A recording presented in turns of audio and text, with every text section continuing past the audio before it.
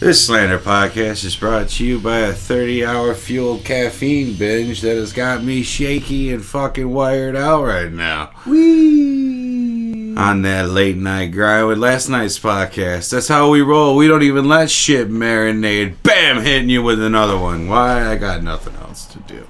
Because I'm feeling like Rocky. Fucking feeling froggy, so I'm leaping, if you know what I'm saying. And not Rocky from the weird mask movie, Rocky Balboa. Wow. Really? The Cher movie? Yeah. You know, the ugly Yeah, I know what movie you're talking about. Yeah, hey. That movie's so terrible. Reminds me of my old Gush's gang, though, you know? That movie's not so, like my old Gush's I know, gang. but that movie's so My boys. terrible. Well, it was, the 80s were terrible, except for the cocaine. Except for the cocaine. You know, but I was... There's a couple good movies that come out of the 80s. I'm a big John Candy fan. Oh, John Candy's shit. We were just talking about who today, on the community college show there. Yeah. Chevy Chase, he's fucking, 80s the or 70s. Community college show. The show Community, he meant people. Well, it is a show based on community college. There's students at a community college, aren't they? I've never watched it. Yeah. Well, Chevy Chase, anyway.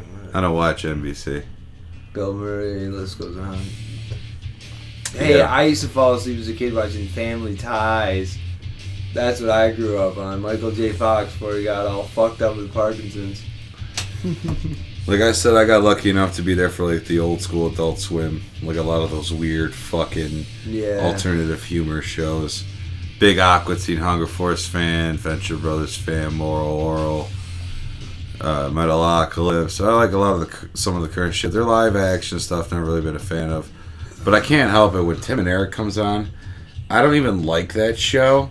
But I find myself watching it, and I'll be halfway through it going, why the fuck am I watching this? It's the bad car accident syndrome. It's like a drug trip. It's like it fucking hypnotizes me. Oh, that's those two weirdos that really dress up and play out weird characters and shit. Yeah, they took the horse once, went on some desert track, and they. Dude, Adult Swim would do stuff to fuck with you. The trippiest thing I think I ever saw on that channel was I was sitting there one night and I was pretty well toasted.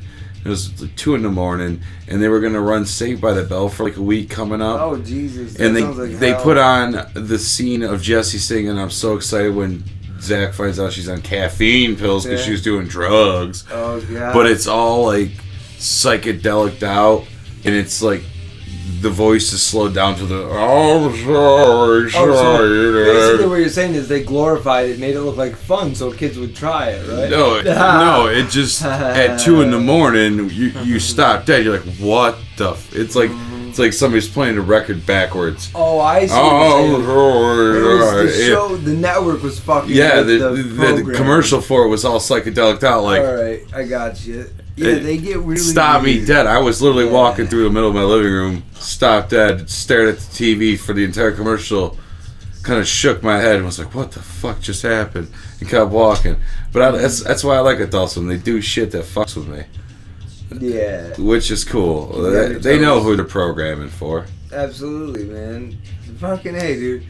And, back when when I was a youngster, we had Liquid Television on MTV, of course. Yep, I have watched all that weird shit. Fucking so many weird skits. We used to talk in high school about Dog Boy and all those other funny little skits that back with MTV had some kind of a validity, but anyway, Liquid TV was a trip show. I mean, that eat acid, watch Liquid TV. That's what we did back then. Eat whatever and watch. I get some alternative comedy, but some of it's just I can't do it. Like when I watch Zach Galifianakis in Between Two Ferns, it's some of it's funny, some of it's just awkward for the sake of being awkward. It feels self-masturbatory. It's like kind of pretentious in a way. Well, any act like that, I would have to agree. Like, look at Jim Carrey based and did the lead for the movie on Andy Kaufman. Yeah. And Andy Kaufman similarly. Now, Andy Kaufman had many funny moments. They're funny in retrospect. I love Taxi, for instance. Vodka, when he played the maintenance guy. Fucking hilarious. But Andy Kaufman overall as a comedian, like you said with Galifianakis, definitely like there's a there's like a dry weirdness to it that's like. No, don't I get me know if wrong. this is Zach funny or just Galifianakis' strange. stand-up, the one stand-up that I've seen from him, was Yeah. fucking amazing. Oh, It yeah. was funny. It's hilarious. I remember him back when like that snowboarding movie Out Cold came out, and I liked that movie Yeah. just because he was in it, and it was funny as hell. Oh my god, he's one of my favorites. Just looking at him, I laugh. You know, Yeah. he's just one of those guys. He's definitely got some good movies. I'm just saying that. Best friend that anyone ever had. It's just that, like, In Between Two Ferns, or how the guy from Talladega Nights, John C. Reilly, does that weird doctor thing on Adult Swim Yeah. late night. I don't even know if it's a real show, if it's just commercials, but because they fuck with you like that. Yeah, it's hard to tell sometimes. Yeah, I know. I remember like one of my first experiences on a serious hallucinogen, and we were watching TV like that late at night. And I'm not gonna say who I was with just to protect people's privacy, but this was more than 20 years ago or whatever. So here we are, we've taken this hallucinogen and we're getting into the television, and like I really couldn't tell what was commercial, what was show, what was infomercial. Everything started to blur into this one weird entertaining. And I remember asking the partner that was tripping with me, like, yo bro, is this like the show or is it what do we watch? And he's like, dude, and it was one of my first Just watch. Yeah, because it was one of my first Because experiences. he with doesn't know LSD. either. He's like, this is Yeah. just one big blur of a mind fuck it's right now. visuals and audio. Just take it for what it is. Don't Yeah. try to comprehend it because you can't right now. Your Yeah. mind has been fractalized. you Yeah, know? you're losing your shit. Yeah, and I'm not advocating, but I'm also saying that fucking A, man. If you're young, dumb, full of cum, and you've got a chance with no responsibilities to take a night and open your third eye, pry that fucker wide open and Listen, take a look. I'm gonna tell you, I'm most an people don't advocate for realize you hallucinogens. can I'm have. Sorry, I think Most people don't realize you can go to your local grocery Society. or pharmacy store and purchase a really severe psychedelic trip right over the counter. Yeah. If you go get Chlorsidran, cold and cough, don't get the cold and flu because you'll die. Acetaminophen will overdose in you, which is like the shit in aspirin. Yeah, we don't want that. You'll for die anybody. from that. No. And the stuff I'm talking about doing either, you shouldn't do it in excess and more than a few times because it can fuck shit up in you and cause like weird heartbeats and shit like that. Work But if hard, you do it a play few hard, times, responsibly hard. yeah, if you do it a few times though, you'll be fine. But if you take Chlorsidran, you will trip fucking balls. You take 12 of those fuckers, come to me in an hour, you'll have flying saucers for pupils going, it feels like a dream. Yeah. I remember the first time I watched Fear and Loathing in Las Vegas, I was on about 17 of those. Oh, and I had been man. smoking, whatever, herbal Yeah. supplements. Yep. And I had to look at my friend halfway through that movie and go, is this supposed to make any sense? He goes, no. I go, thank God, I thought it was me. Yeah, absolutely. No, it's nice to have that friend once in a while that's there. It's He like, wasn't on him and I was. Like and I was- today, we were talking about Enter the Void, or Into the Void. Enter the Void. Enter the Void, yeah. Enter the Void has to be one of the most tripped out DMT based type. It's like the fucking only movies. DMT based movie. And it's amazing. I'm telling you, even if you're not like a drug enthusiast, so to speak, like purely, You'll feel stoned after watching that movie. Yeah, if you're looking for an experience purely out of like cinematography and visual effects and audio, the fucking movie is shot brilliantly. I don't know who the director is. You may, but Gus Neff. Fuck. It's a weird. I hate to put you on the spot like that. You're the No, movie it's a really foreign encyclopedia name. It's guy. like Gus. It is It's like weird. GAS something. Yeah. Something. It's on Netflix, so. But some of those like Netflix hovering Enter the shots Void. you were talking about earlier. What? Some of the hovering shots you were talking about earlier, where they the hover aerial over the shots. city, the aerial shots. Yeah, it's just, I mean, it really takes you out of your element and into a new one. Which I guess that's what a movie's supposed to really do, is take you on a trip. That one, the first time I watched it, I had a pair of really good Skull Candy headphones on, and I was in the Nice. computer chair, and I was in one of those big, nice leather, comfy ones. Had the feet kicked up. I was pretty good, if you know what I'm saying. Yeah.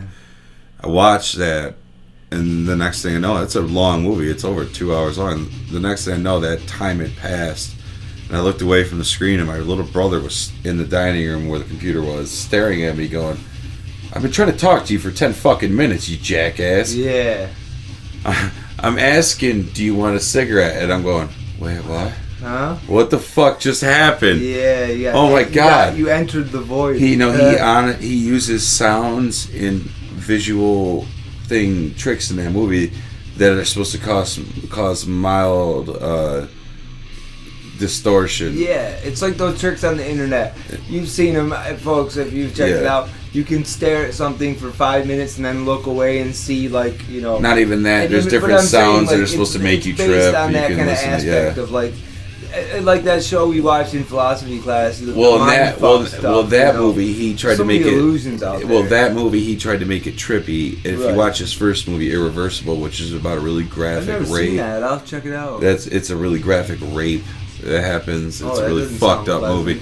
But he uses sounds and images in that are supposed to create discomfort and make you have a physically ill reaction to it. Of course, that's the best. And that's what I mean saying. It's genius. If It's you're gonna touch engrossing. blue material, let's do it real. You know? If you're gonna do something dark, do it dark. Yeah, absolutely. I see no harm in doing that, and I know rape's not funny, and it shouldn't. It's not glorified. Film is allowed to explore all aspects of life, and rape is a part of life, and that's all I'm going to say about it. Yeah. I'm not going to get into my morals and ethics on rape. Obviously, it's wrong. Yada yada yada. Yeah, that's a fact. If I need to explain that, you're fucking twat. Sick. So yeah, we just did one of these fuckers last night, but it's cool because, like, you know, we're still on high about a lot of the news we talked about in the last podcast, and we're still really high on, you know, the excitement of just, like, Cody here is just getting better and better at putting the visuals to the audio and, you know, slapping shit together that I'm finding myself is just fucking I'm slowly learning studio software, movie making software, how RSS feeds and uploading stuff to the internet works. Yeah. Correlating social pages. I knew how to do none of this 2 or 3 weeks ago. Yeah, you've been a busy boy. Spending a lot of time on Facebook. So if you see me on Facebook all the time, I'm not a loser. I'm actually doing my homework. I want to whore out our friends in Awesome Talk again because they deserve the whoring, and we love them, and we love the fact that they've befriended us the way they have, because we got off on a new foot, and it feels pretty cool to have good fucking like-minded friends now. I hope. We've been bullshitting online with them, and they're just fucking cool people. You know, it's awesome. Definitely fucking cool. Yeah, definitely some funny shit. Yeah, the Jagerbomb post the other day had me rolling. Yeah. I hope there's other local podcasts nearby though that reach out, or we should look into and see if anybody's around here and really try to branch out and cross over. Just because it's cool to meet new people and plug into different things and see what's up. So we might meet somebody and they got something really cool niche going on that's fucking fun to do, you know? Right. Well, you explained it really simply. And I do it for no other selfish reason than just to have some fun. Right. Yeah, and that's what really sold me on this thing from, like we've already said on other podcasts. You know, this is not like this. I mean, yeah, you flipped the switch and just started, but the idea and the talk has been well invested beforehand.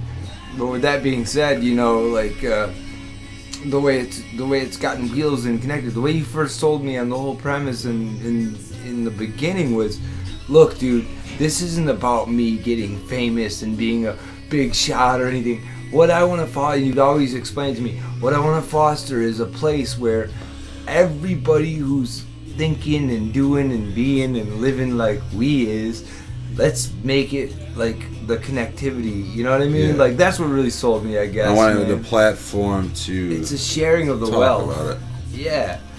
You know... It's essentially what I turned. We're all looking for some fun, man. It's essentially what I've turned like my Facebook page into. Most people post pictures of their dinner.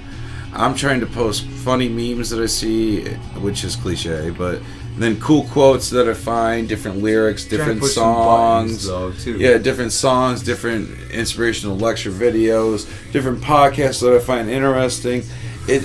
When you come to my page, I'm hoping that you find like a plethora of content that you might find links to cool shit that you didn't know before. And I've been doing that for a long time anyway. So I figure I might as well take that to another level. Yeah. Because when I can turn on my computer now, get on a couple websites, and I've set up and subscribed to so many different niche interesting things that my newsfeed is just full of cool fucking shit.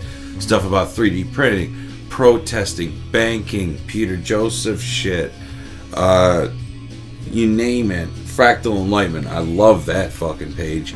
They give some of the best quotes. And sometimes it can really make or break your day. Like, I'll be honest. A great quote can completely define your day. I love literary quotes, people. You wake up, you're trying to shake that shit feeling of here comes another one, you know? And, you know, like most Americans, or actually most everybody, you jump on your damn social media outlet, and it's awesome. But like you're saying, man, you fucking see one quote and your whole shit attitude can flip. Like, you'd be like, oh yeah, that's right. And it's not something you didn't know before.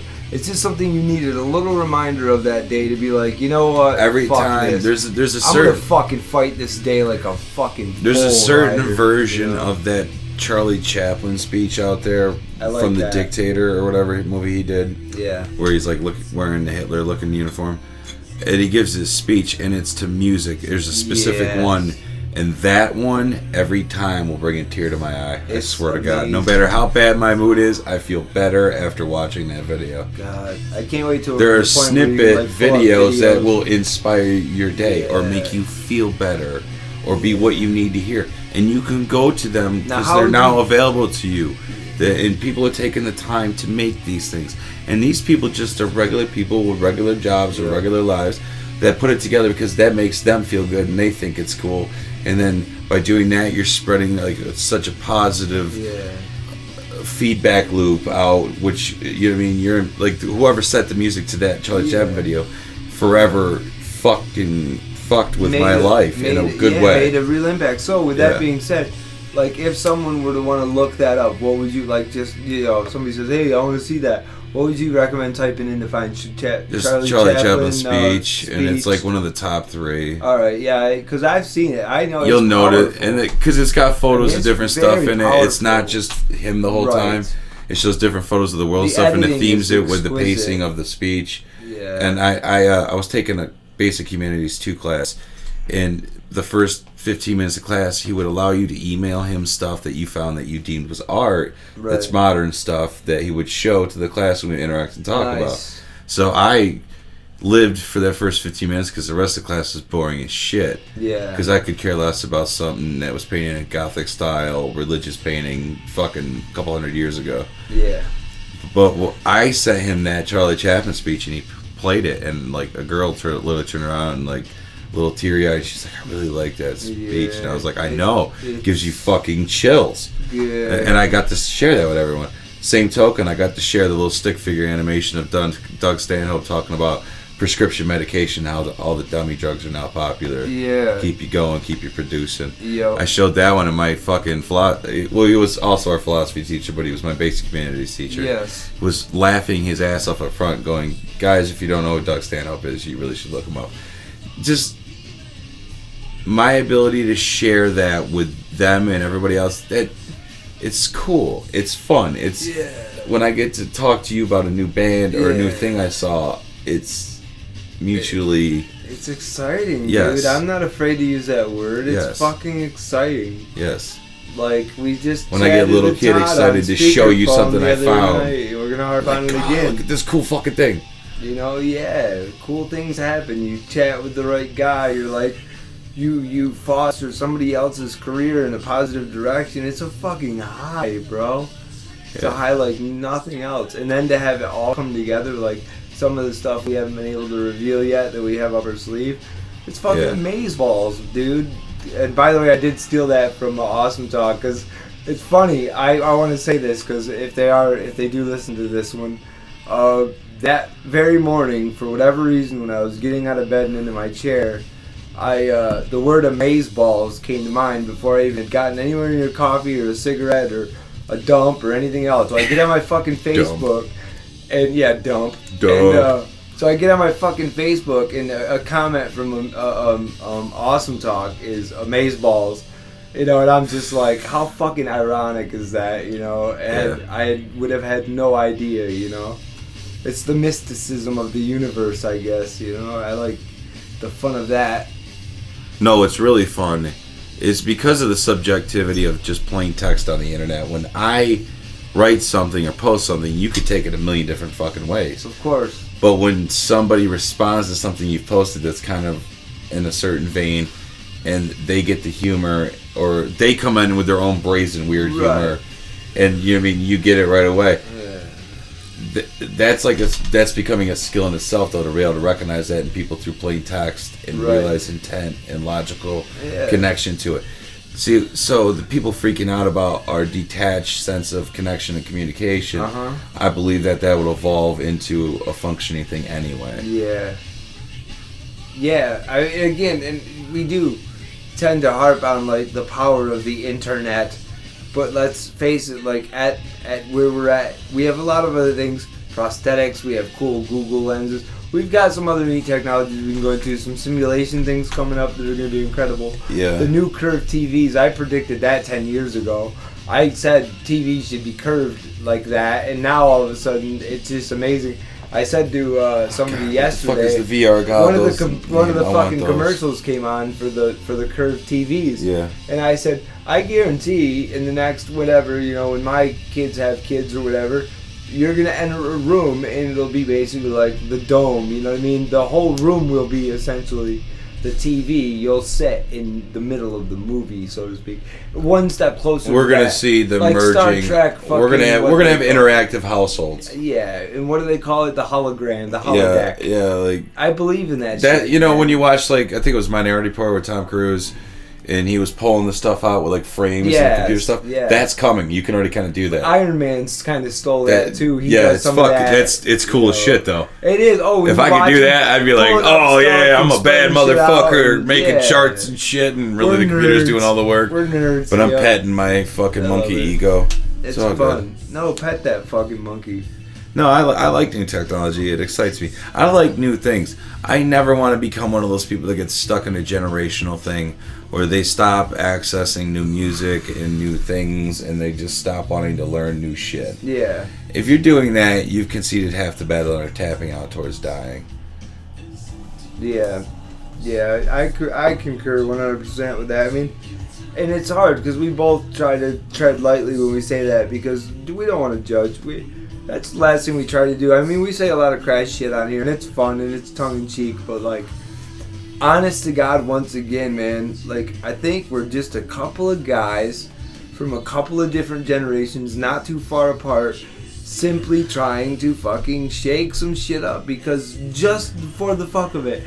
And please help me right now, Cody. What's one of my favorite quotes about when you realize you're fucked? Oh, please help me. I'm sorry. There's a Doug Stanhope bit, and I think it's Deadbeat Hero, shot in all black and white, and he's in a small club, and the intro is him talking about New York City and like why comedy works in a place like New York City because it needs it. But he does a closing bit, and it's all about America and freedom. Kind of starts out with like they say you give a man a fish he eats for a day.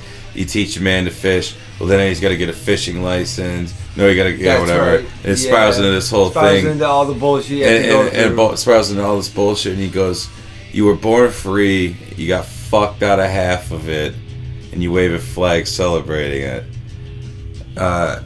Once you realize you're unapologetically fucked, you are free to float about the system." Yes. And no truer words have ever fucking been spoken. That's the minute I was like, I'm a Doug Stanhope fan for life. Me too. He said some shit that forever solidified a train of thought that I had already been dealing with and combating with and going, is this valid? Is this right? Should I feel this way? And I'm not saying that, like, you know what I mean, I'm listening to him like gospel. No, I'm just saying is when I heard it put so just definitively, it was just like it nailed it on the head, and I'm like, thank you for saying the words that I had yet to formulate. I'm not alone. Yeah. And you know what? I'm not only alone, but god damn it, I can stop feeling guilty for these feelings I have about things. When you have a Doug Stanhope or a Bill Hicks or a one of that kind of status of legendary honesty, a Carlin type, you know. Carlin in his later years, let's be clear. Carlin in his later years was great. But the point, it's just a different aspect. But yeah, I agree.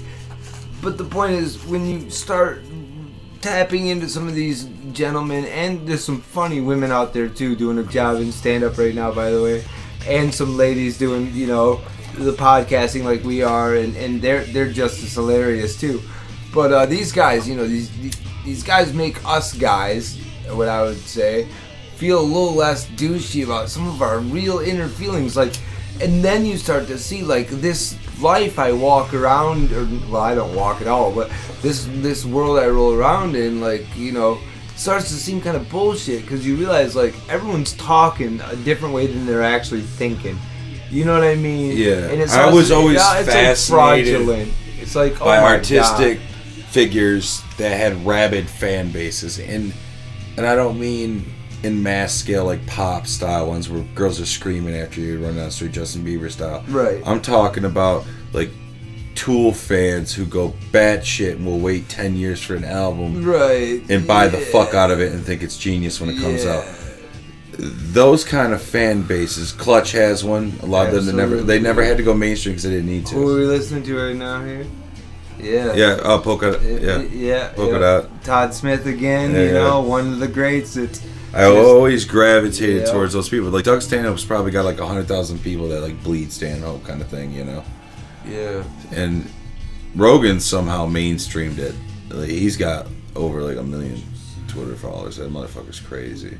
As far as Hicks goes, though, rest in peace, man. Hicks is the Kurt Cobain of comedy. I mean, I look. Not to be a dick, but he kind of is. But I watched some of that old footage. I watch it from his it's drunken days. Stuff. I watch it from when he got his act cleaned up a little bit, you know, so to speak. But I watch all of that material in its entirety or as a collection. And I'm just like... I like how he went clean and still refused God, to talk shit about drugs and shit. He was like, no, I still had some good fucking times. I have no fucking regrets, because it's just a ride. And that's just a ride, folks. Do you know that got me through some really tough days? Bill Hicks reminding me that it's just a ride got me through saying... I honestly think people forget how important stand-up comedy can be for you. It can make you feel better. It saved the my life too, some of the shittiest of your moments, music, you can just unplug comedy. For a little bit and laugh.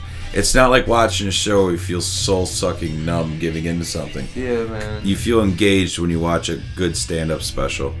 And the fact that a lot of them are guerrilla style on YouTube makes it easier for everybody to watch. And you should anyway. Watch it on there for free. Yeah. The comedian's not going to care. Watch it on there, and then if you really do like him, then you go get some of their shit and support him, and it's cool. Buy a cool t-shirt. So it's kind of the common ethic of the internet right now.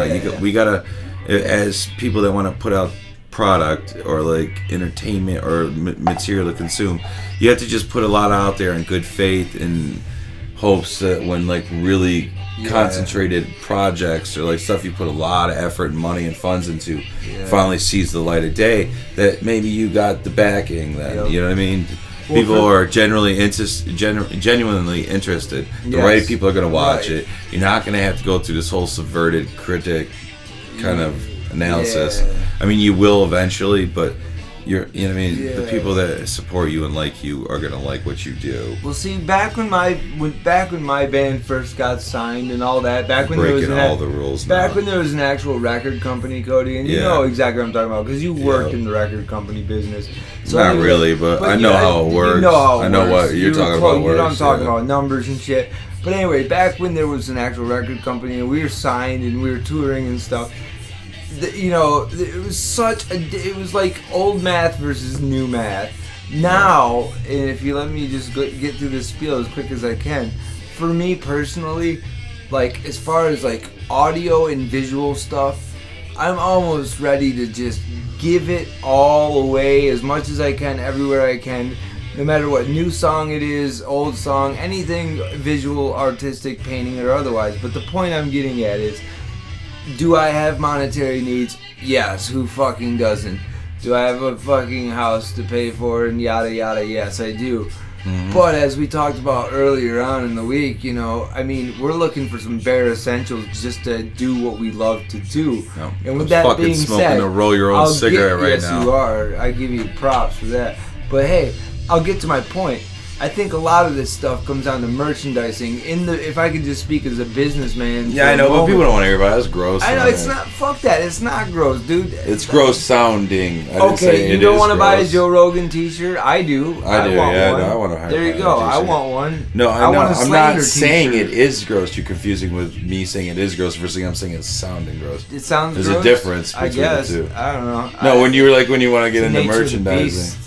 Yeah, no, it's part definitely the of nature of it. the beast. No, that's what I'm saying. Is like, if I Everyone's evolve to doing the it. point where I have my own website and I'm just distributing this distribute. I can't fucking talk. Distributing this Okay, I'm just gonna give it up and you've just only had say a giving this couple hours podcast out of for sleep. free. And I put up, like, say, like, the first ever, like, if I ever do a stand-up special, the first one I ever do will be done guerrilla style and for free and just be put out there. So that's what I'm saying. If I put all this free shit out and it's attracting any kind of attention, if I'm selling a t-shirt, hopefully a motherfucker will buy one. Right. That was my only point. Yes, I know where you're I going with didn't it. want to sound like a sleazy Yeah. fucking suit and tie guy. But That you was gotta my avoid point. hot topic words. It was just, yes, and I understand that. And thank you for clarifying, because all I'm talking Loaded about terms. is, you know, Dangerous. I think the pulse of what we're generating in our generation, if you will, that we share in, is more of a fostering of your art's cool, so I'm going to promote your art. Well, your art's cool, so I'll co-promote your stuff. And everybody's co-promoting every shit. And the way we're keeping some things kind of afloat is all I'm saying is, it's not like the shirts or lighters or wallets or whatever the fuck it is, the skateboards, the merchandising, if you will. That's just cool stuff, because you know what? I want to have one of those too. It's just fun. You know, I want an Awesome Talk TV or shirt. I'm planning to order one because they're our friends now. I want to have. I think I saw they got like a big ass beer stein thing. Ooh, I should get that for Seth. He would love that. He's a beer. He probably like, it's not big enough. Yeah. I need this gallon fucking jug thermos. So that's hardcore. Yeah, our buddy Seth, man. He's got his mug. Yeah. It's seen a lot of the tour. Yeah, hell yeah, it is. I've It's seen him with sticker it on every top of fucking sticker time. on top of sticker, yeah. And I've just been around for 2 or 3 years. Yep. That fucker's been left, and we've had to backtrack miles in the RV to go get it from some venue that he left it at because it was his mug.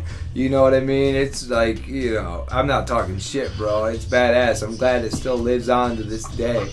Yeah. You see Seth Kelly in the local pub, 9 times out of 10, he ain't drinking out of what the bar is serving out of. He's got his fucking mug, and he's going right to the tap with that bitch. That's our boy And Seth. Seth's got some cookies sometimes that'll knock your fucking socks off. Might have you laying in a fucking grass field at 3 a.m. looking at the stars doing grass angels. Hey, let's just put feeling the rotation of the earth slightly wobble. Yeah. And realize you're placed in the solar system and be losing your And that's mind. just 'cause he bought it has that certain Betty people Crocker book, that's misconstrue all. that you're passed out, but you're really just Yeah. exploring the universe. That's just because he read that Betty Crocker book and now he thinks he can bake and it's his hobby, you know, whatever, it's cool. Yeah, I'm just talking about eating such a good cookie that you just are in such a relaxed state. You want to It's think amazing about the what nature it of can do, existence. Yeah. I'm not implicating Fucking anything A. by that. Oh, of course not. Of course not. Just a killer pecan cookie. Mm-hmm. Seriously, delicious and dangerous. Nick Stock. Next time, for the That's win, it. bitches. Ding. We're gonna keep bringing it up. Yeah, we are. We got another few months here to Until keep it plugging happens. the best festival in this area. Hey, if we get Awesome Talk to come to Nick Stock, how about that? That would could be fun. crazy. That could be a lot of really weirdness. Somebody's probably getting arrested. We got bail. I'm money. kidding. I'm kidding. take Nobody care gets of it. arrested there. That's the point. There's no fucking cops in there. Get arrested on a 4-wheeler, maybe. Buy Take a bunch of shrooms if you come up, guys. You fucking go to the rave that happens after all the bands. That shit's fun. People like tie-dyed and glow paint. But that's going on. There's campsites everywhere. People blast music. It's a whole. You race go-karts drunk. Yep. Most reckless shit ever. Mm-hmm. Yeah, fuck it. Charge them. They'll do it. Great bands. Great bands. Even though I don't hear half of them because I'm just fucking wandering and talking to the millionth person. Social fucking network, big time. Then we need more events like that where they're not so heavily guarded and policed and shit. I hate it because where we're from, there's this place called Tags, and they pull most of the major concerts, and they got like a Primus coming.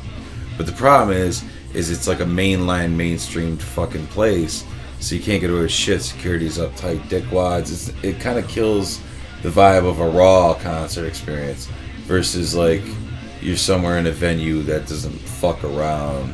I hate that feeling. Yeah. Certain venues are kind of like that, but they let you get away with shit anyway. Tags isn't. Yep. That's my problem with it. And they rip you off. Yeah. Hardcore. Dude, charge you $7 for a bottle of beer, then they take that bottle of beer and dump it into a cup.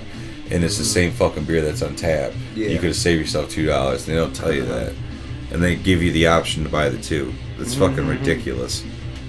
If you're going to do that, you have to get the plastic bottles and give that shit out. I would think so. I know they make them. They sell them at football games and shit. Yep. Sorry. I'm a little bitter, people. I've dumped a lot of money at a Bob Dylan concert there. Couldn't even hear Bob Dylan's voice. Not even a Bob Dylan fan, by the way. Just want to get hammered.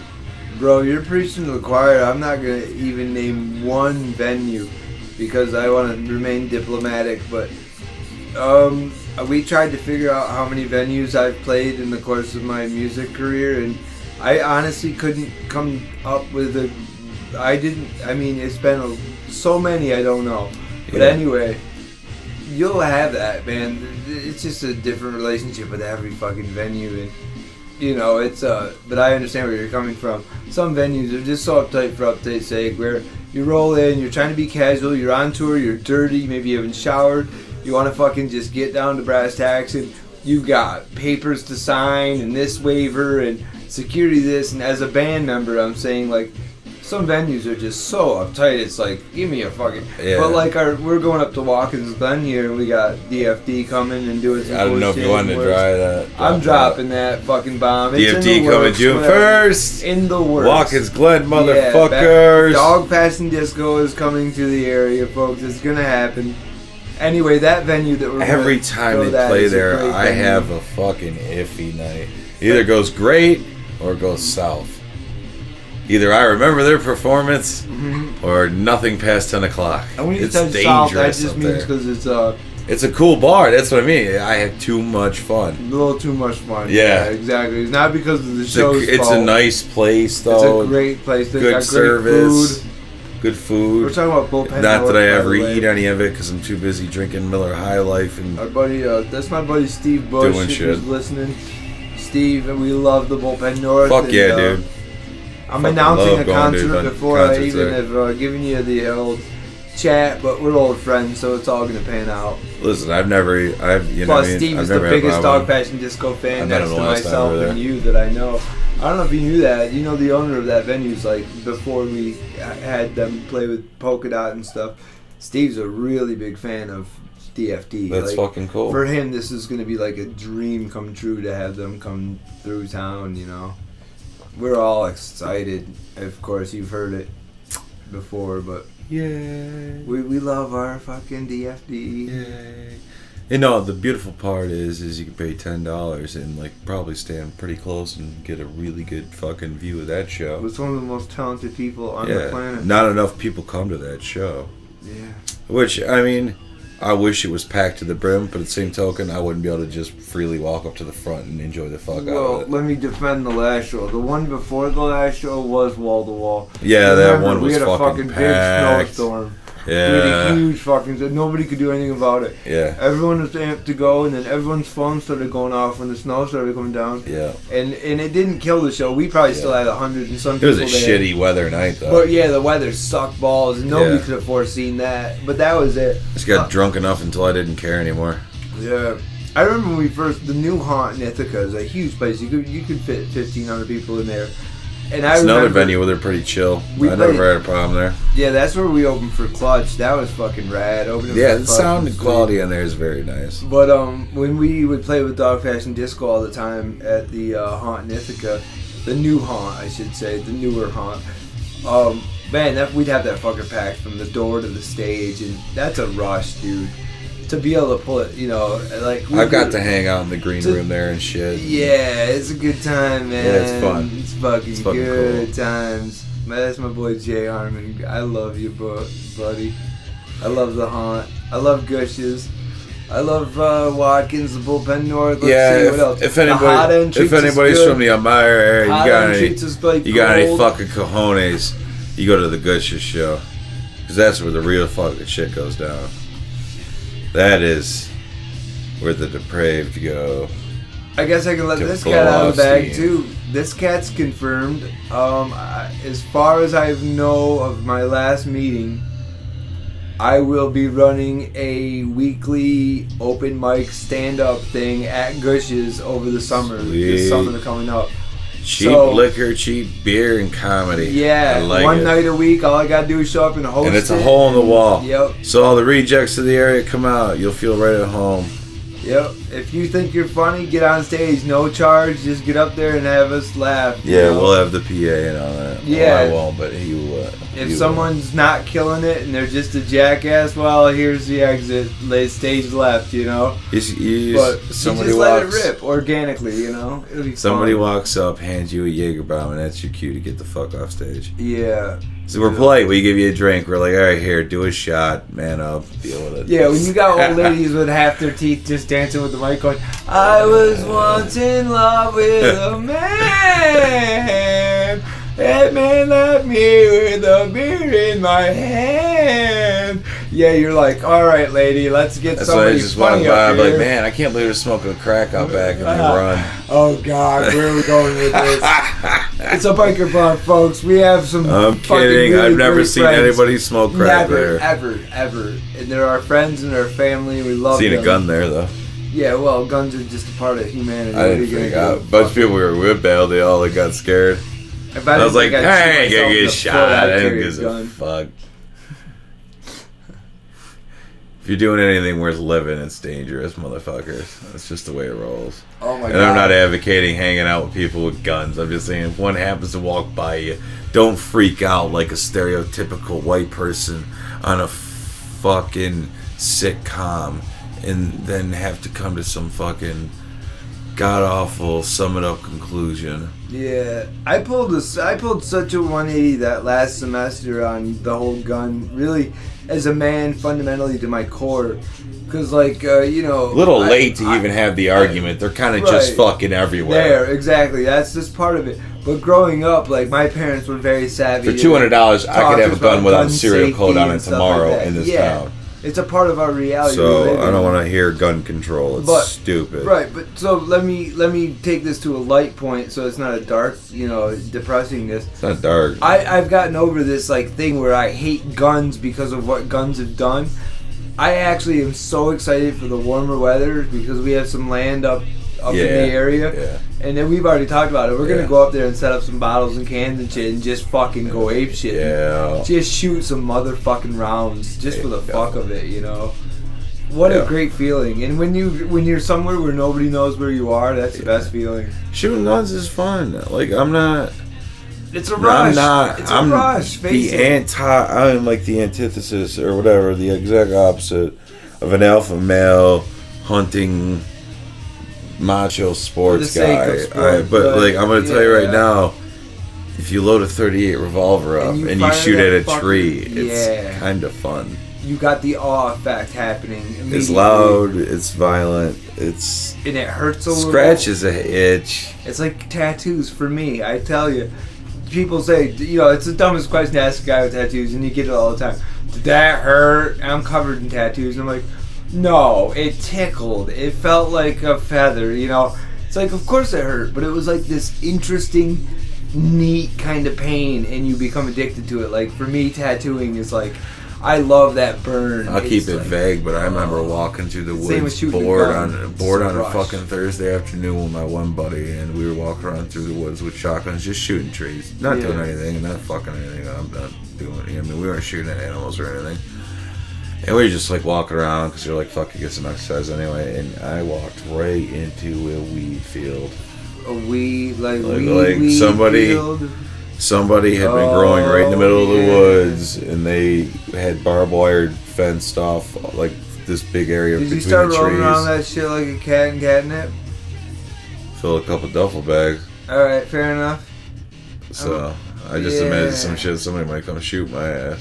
Yeah. Good luck proving which one it was, though. There's a million of those around Yeah, here. there's crops. We live out in Hickville, people. People grow shit out here. Yeah, like it or not, you can fly all the helicopters you want, and I'm not part of it. That's why I can say it safely. One of the greatest days of my life. I'm far from that part of life. I don't have anything to do with it, but I know it exists. That is by far one of the greatest days of my life. I was like freaking out. I think it'll be great when people stop giving such a fuck about marijuana, when we sell cigarettes and booze like it's no problem. Why can I not buy a pack of joints that are perfectly rolled? Oh, that'd be so... I don't care. I'll pay an extra $40 inflation on fucking good pot. Yeah. Just give me a steady supply of it.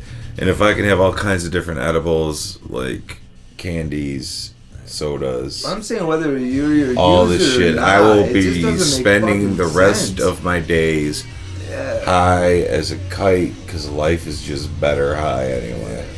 I'm talking on a broader spectrum. Marijuana don't kill you. Even as someone who might not be a user of marijuana, the laws we have in place currently versus what we have the whole marijuana dispute.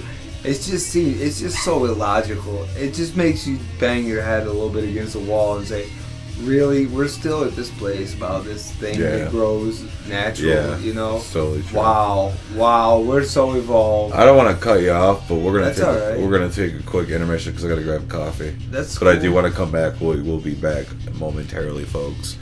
This is a pretty smooth one. You know, for real though, next talk, I really hope some people that listen to this show up and come hang out with us. Fucking make history. Maybe have a trip that changes your life. You never know. We're back. Because, fuck it. Howdy doody. Howdy doody.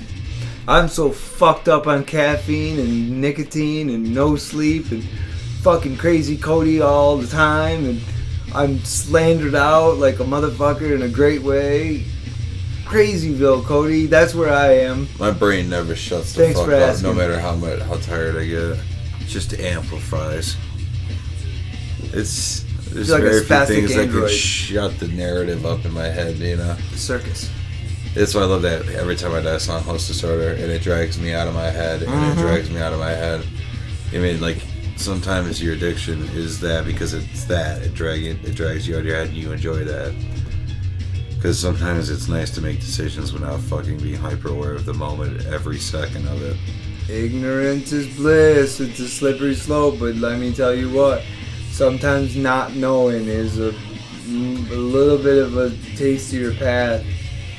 The other one's more brutally honest, but for some of us, no, I'm going to speak for myself because I'm trying to work on that.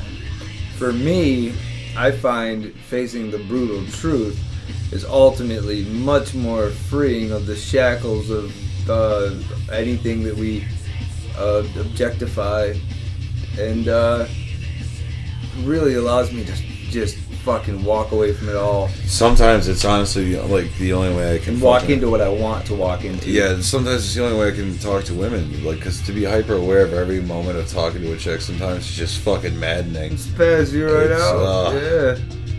Or like we talked about the other night, they're meeting, excuse me, let me get this cigarette out of my mouth. It's like when we talked about meeting fucking, cool people we idolize, or not idolize, but, we respect their work and stuff. Same thing, sometimes you're so hyper aware of the moment where you're just like, it feels so weird. Yeah. You know what I'm saying? You Like, weird yourself out. You and weird fuck yourself it out. up. But Yeah. really, you can slow your... That's why with chicks, I'll try to time say and something space. weird and off the cuff right away, or it's just something fucking really elaborately weird. Yeah. And if, like, you could take that, okay, now I'm going to take the time to Yeah. actually talk to you. Well, I can say for myself, I've done enough self-loathing to this point where I think that I've gotten so down and dark on how I am socially defunct in a way that now I flipped it and I almost embrace my weirdness in a way that, like, I've learned to love myself. Yeah, Hallmark, blah, blah, blah.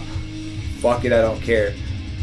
That's fucking, for me personally, essential to then beginning to help others find their way out of the darkness, out of the metaphor of the cave, Fucking A, dude. It's not easy. Yeah, sometimes I ain't got time to do that though. Like when I'm out and don't about. expect it to be. No, because sometimes I'm so wrapped up in my own, just trying to escape. Oh, absolutely. It's man's play. It's the struggle. Yeah. Everybody needs every one of us. blood. It's just the way it is. Mm-hmm. The need to feel the overwhelming surge of like the moment when you feel so good and everything's just firing right. It's when you're peaking, air quotes, essentially. You know. Well, that's why, like, when you piqued my interest in podcasts, it came at the perfect time in my life because, like, it wasn't like I was necessarily getting burned out on music videos or like audio because, you know, I'm a fucking audiophile, I'm a moviephile, you know, junkie on a lot of that stuff. But when you turned me on to podcasts and comedy the way you did, you know, throughout the years, now for me it's like it's a whole nother, it's a brand new fresh thing for me to like tap into in such an awesome way, and I love it. It's so fucking therapeutic and cool. It really is. And there's so much philosophy in comedy. It's not even, you know, it's there. I hope some of the greatest philosophers that go down in, you know, let's say 1,000 years from now, we get some Stanhope quotes and we get some Bill Hicks quotes, and these are considered philosophers, not just comedians, you know what I mean? These were thinking men who just happened to put a satirical twist on it to make it entertaining. And that's fucking beautiful. Yeah, no, I don't know, honestly, what is philosophy but just social commentary? True. Just back then, social commentary is weird because society hadn't evolved into such a mainstream version of like it is now. Oh, yeah. It's so easy just to get caught up in being something. Well, that's how I explain it to people who, like, let's say on the bus ride to school, you know, well, what are you going to school for? Well, mostly philosophy and psychology. Oh, well, what's philosophy? And I'm like, look, it's really simple. It's basically just like the school of thinking, you know what I mean? About things and matters and such, you know? Yeah. Oh. So, you know, it's like,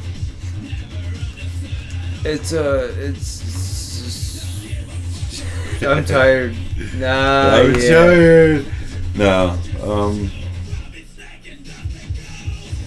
philosophy class was very self-serving and self-masturbatory for me. For me too, yes. I just got to like I love it. Fucking face fuck my opinions down people's throats, which is such a graphic way to go about doing it. What a metaphor, right? Yeah. But I don't know. I even when I disagree with the religious, when we started Philosophy Life, the first half was based in the root of there being a creator or a god or an entity, superior being or a superior force.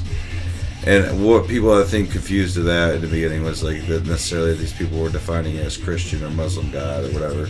And no, these philosophers were just simply talking about the nature of there being a superior being, and they call it God. See, that's where the downfall of that word comes in, the loaded term God. Yeah. We've talked about that many times. It invokes a million different reactions. Yeah. And like higher power is just kind of a weaker version. And to say I'm spiritual is so it's fucking that's a douchey. Slippery slope too. Yeah, you know. I think looking back on some of the adults in my, looking back, some of the most poignant ones for me were the people who said, I have a personal relationship with the universe that's mine and mine alone. And there were people like that in my life growing up, and I think that's what stuck with me. Like, I don't have to fucking shackle myself to somebody else's. Like we've talked about, we can pull and grab from different areas of thought and come to our own comprehension of what it is to be me. You know what I mean? No, the what truth of the matter you. is through various substances, you can become plugged into the energy and the ebb and flow of the fucking moment. Well, the room you're in with the person you're with. Yeah. You can be really hyper aware of that in a way where you get to pull strings in delicate ways to create pleasure for yourself. Yeah. And that can mean a million different things, just from switching the lighting to putting on a certain song to doing whatever could come across your mind, whatever option is available depending on the situation you're in and where you're at. Well, we're a perception-based species. So atmosphere and setting is atmosphere everything. and setting is almost, essential to almost everything. And I learned that through drug use. I'm not gonna lie. No reason And I to lie applied the about it. principle to the fucking overall narrative of different life events. Mhm. And, I was able to take that out objectively and apply that same principle. And just because it comes from my drug use, it's discredited as, Yeah. any sort of valid form. Again, here I go. But, this marijuana thing versus, the law and all these things we have going on. And it is a hot topic. It's current events. Because now it's become more of a state issue versus a federal, which is nice. But, we just look at the way these things have worked out throughout the centuries. And, again, it's amazing how man will get himself convinced of one way of thinking. And killing in the name of, for instance, wars and all of these other horrific events that are in the name of God. Yet here we have a simple plight for people such as myself with disabilities, or people who maybe. Well, all those people meant to say, in the name of power. People who might just want to relax a little. Here we have this system rigged where we have to fight tooth and nail for a goddamn weed that grows natural. What the fuck kind of human race do I live with? It's changing though. I'm positive about it. It's changing for the better. Slow I but love sure. how they shifted slavery into classism and nobody even noticed. Yeah, it's not even talked about ever. I saw it in my own history class though, and that's what made me go, why doesn't anyone else see what they just taught us? And go, wait, if you're telling us this stuff is true American history, we should all go ape shit right now. Yeah, because this is fucked. Because this is fucked. You're teaching us this as fact, and it's U.S. history. I'm outraged. Why isn't anyone else standing up going, hey, we need to do some shit, because some shiesty shit's been going on for way too fucking long. Shiesty fuckery, man, with people. Fuckery is a foot. Yeah, and listen, folks, I'm not talking back to the Bush administration. I'm not talking little time. I'm talking big history. I'm talking about American History 1, American History 2. I'm talking about the big picture of how it all got started to where we are today. If you can't even see in our own documentation how fucked we have gone about things, fucking A, then it's time to maybe reconstruct the whole goddamn shenanigans of it all. Because you just see it, you're like, this is a rigged. The foundation of our system. society is it's like silly putty. It really is. It's malleable. It's not concrete. It's really slippery. It's completely that's where my optimism comes in too. faith-based. Thank you for saying that. Yeah, You've helped me remain optimistic, my friend. If you look at the first half of America's creation, the first half was all about battling central banking being the main function of our currency.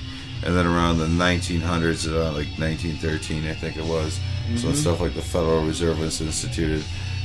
All the banking elite really started power structuring. And then they caused the Depression of the 1930s to buy everything on pennies on the dollar. Then they locked in everything, created that, and then got themselves out on all fronts by funding every side of the war of World War II. World War II was fought for the banks. Yeah, they just put Hitler.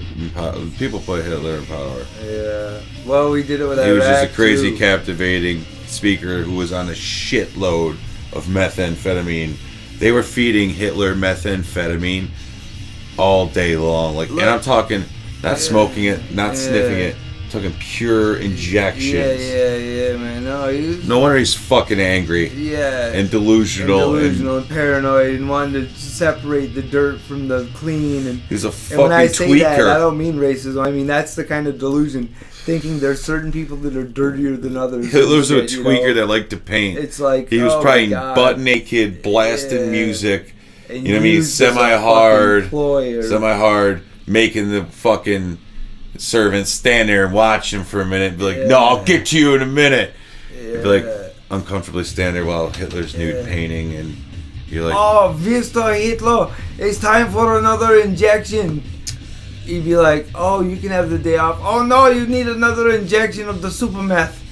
The super methamphetamine. yeah, but they weren't even calling it that back That's a then. They were horrible just experimenting with it because they horrible thought it was a German. way to optimize you as a Oh, human I being. know. Yeah, They were dumb. Oh, They didn't and know. they did it in Vietnam, too, with LSD. That was a big fat mistake. Yeah. That landed in our Yeah, it made benefit. everybody go, wow, why are we fighting this Yeah. war? Big backfire. Thanks for funding And that. fun fact, it for a was minute. Gulf of Tonkin was a lie, and it was a complete reason we went to Vietnam. So Vietnam was a lie, and then the next major war was the Yeah. Gulf War, and that was a lie to get us there. Oh, and as far as arming other nations, And then let's start. the next Soviet Iraq Union, War was also a lie to get us Iraq. there. There hasn't been a truthful war since ever. Hey, that's a good answer. Ever, yeah. Because when we Except for went- like maybe like when like Alexander the Great was trying to conquer the world, those were pretty legit. Just like, this is my land, this is your land. We have swords. You're not taking it. But once it got to elevated structured Still, society with let's like not even structured give any armies and credit shit. to that shit. Let's not even give credit Yeah. to that old sword, my land, your land. Yeah. That's just as nasty. Yeah. We are off on the wrong foot once we start going mine. The what? The For illusion what? of self ownership. We're an expanding. That you privately we're own expanding items universe. is an illusion. Yes. The idea that you own anything is an illusion. Exactly. That's the key of that argument. That's what makes war totally irrelevant. Is once you break down the key Our to entire ownership. Fucking economic Why are you system fighting operates then? on the basis of Right. private ownership. Once you take that out of the equation, where does the war have to lean on? There's no reason for war. No, there's no way to funnel the system into Except a for point where religious like certain beliefs. people manipulate That's it. bullshit too. Why control a government or a military when you can control the currency, which means you control everything. You control the Yeah. currency and the fundamental operation of economics and monopoly. the transport of goods themselves. Yeah. You kind of run the world. It's called leverage. Yeah. And it's called using leverage to get more And you know how leverage. everybody says that corporations are people? No. What happened is they, through it, like, I think it's like transatlantic law. It's law that supersedes nation law. But through that, they redefine the word person as a corporation. So technically, they renamed the word person corporation, not the other way around. So a person is a corporation. So you're referred to as a person when you're born into this world, and your parent signs a thing that says as a witness. It's not saying you're their parent. You've seen birth certificates. You sign it as a witness, don't you? That means you're signing it and you've privatized them into the economic Federal Reserve fractional banking system, and you're now collateral through the Social Security and tax system towards the debt that the country owes the banking system, because the banking system operates on a sense of debt and loaning it to the government, and the government gives them vouchers and they have to pay it back, and it's a whole fucked Are you gonna go all the way pyramid with it? Here it comes, folks. Ready for it. Which in turn makes you more or less like cattle. Yeah, you're a slave. Sorry, I know it's sucky news, but folks, We're it's- building the pyramid without realizing we're building the pyramid. They've used some serious They're throwing human suffering and death at the cogwheels of this Psychology machine to make it philosophy function, to fuck so they us can over continue to backwards. maintain power and generate the fucking structure and the power dynamic upward towards them in a perpetual motion. to save ourselves from sounding like hypocrites, because Yes. oftentimes you and I would get angry in sociology class because it was talked as I though was it was young. fact. I know, but let Which me was just like a year let me ago, be a it's friendly funny I said reminder that. now that I find that, like, and you save me from this a lot, and I appreciate it. Go down the dark hole, take a look at how the shit really stinks, but then yank your fucking head out of it and start thinking about some solutions. Because Hang up the phone hang and up go the do phone something and go with do it. something with it. Exactly. Alan Watts. Because if you're just on a corner yelling fucking, you're just making noise. Yeah. You know what I mean? And you're not actually being any kind of, you're not communicating, you're not connecting, you're not trying to change and I'm not even talking about like the big broad stuff like the government or what have you. I'm talking about your individual little culture. You have your own little bubble. I'm talking to you, motherfucker. I'm talking to myself as an individual. You've got to direct that energy in a positive way. You can reflect on how fucked the world is convoluted, But until you can break the mold and bust off in your own direction, like I believe Cody and I have, and will continue to, and that's the joy in it. Like, I refuse to be fucking told that this is the end. It gets worse. No, not for me. It's not gonna. I'd rather be Spartacus and lead us as slaves to rebellion. It's gonna stay as good as I can keep it every day. No, I'm just kidding. I don't want to be a martyr, died on a cross. But you know, if I could spread discontent among those and maybe stir some sort of reaction in the money zombie robot that is the everyday American. Yes. And you know. Cool. Then, or maybe yeah. some 16-year-old kid will hear this in his crazy middle-class white suburban night family that's mentally mind fucking him yeah. and driving him crazy, and he can't realize what's wrong. Will hear it and go, "Oh yeah, everything's an illusion. It's all bullshit." Yeah. They're just telling themselves this, and it's like, because you really start looking at it, like, what are the rules of the world except for like gravity, and you die, and we like to fuck. Look at you've confessed it. You're a proud Fight Club fan. Yeah. You love that fucking movie, and you yeah. proclaim that it changed your life because of when it was at the age that you it were, struck, and I found and all it. that. It's not. It's a lot of factors, but for I've gone beyond it, but it was a big right, stepping you've gone stone. beyond it, but for at that point in time, it was like it was a major stepping stone. And like when we were gabbing with our friends from Awesome Talk today earlier, just via chat and shit, you know, with the Matrix and such. It's movies like that for us thinkers, you know, we want to critically think. We don't want to just accept things as blatantly true. It's those kind of films, and I want to call them art. I don't even want to call them films. It's that kind of art and expression that awakens the human mind and says, fuck this. No. Entertainment gets to that common like impenetrable membrane that most people have. It cuts like if I were to directly state this kind of thinking or this conclusion to you in a conversation, you would reject it naturally. But if you watch it in a movie that's hooked you from start to finish because it was interesting, or you watch a comedy special that makes you laugh at it, you've already subconsciously taken this seed in, and it's going to grow in you whether you like it or not. Right, absolutely. And that's what it's more about, people. It's more about like gardening and planting a seed and letting shit manifest. But it's so true, man. Our problem is our egotistical need to watch the instantaneous gratification of immediate change. Yeah. You need to see it right away. You need to see the end result of your effort right away. And that's selfish, and it's not how it works. And sometimes you luck out and you do get to see it and appreciate those when you do. Otherwise, just do it in good faith that it's making an impact because of the ripple effect. Yeah. I've always, from an early age, was fascinated by like the ripple effect, how like things can have consequences beyond your comprehension. It's impossible for you to cognitively sort out every possible statistical reaction to a statement you make in a room full of 6 people, and where that'll spiral out to, whether it's 6 months down the road because one person that heard something from you sparks off in a head that's in the middle of a conversation with somebody else that dictates their reaction. Like, that's how slight it could just... All right, that's the infinite complexity of life and our social nature. If you don't mind, hold right there, because this is really fucking... You're getting there. But I just want to give a little like color to that, my own. What's so uncanny, and Dale Kemp, if you're listening, Dale Kemp is a videographer that did an interview with a band called Shovel Barn at my place back in the day. And as I just sat here and listened to Cody, you know, just say what you just heard, it's uncanny, and I hope that video interview surfaces someday. I think I was like 23, 24 maybe, I don't know, you know, younger person, and but maybe you said different words, but as far as the gardening and then taking it from the seed and then taking it down the rabbit hole the way you just did, it's almost verbatim how I explained when I was asked in the interview, what would you recommend to younger bands, Mr. Baker or Brad or whatever.